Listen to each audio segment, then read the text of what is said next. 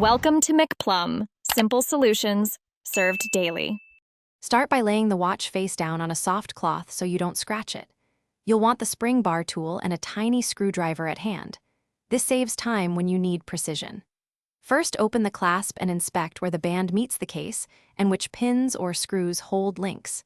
You're doing this now because knowing the fastener type determines the next move. Once identified, you can remove the correct pin or loosen the screw without guessing. Now you'll remove links or adjust pins to size the band. If your band has directional arrows, push pins out in that direction with a pin pusher. For screw-type pins, use a properly sized screwdriver and turn slowly to avoid stripping. Take out one link at a time and test the fit as you go, because over-removing leads to rework. Make sure to keep every tiny pin and spacer in a small tray so reassembly is quick and error-free. Finish by reconnecting the band to the clasp and the case, inserting pins or screws until they sit flush. This ensures security. Once done, fasten the watch on your wrist and check clasp engagement and comfort. Make incremental adjustments if it pinches or slides.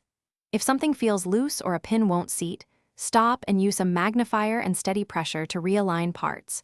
Forcing components can strip threads or bend pins, so realignment is... Thanks for watching. Stay juicy and subscribe.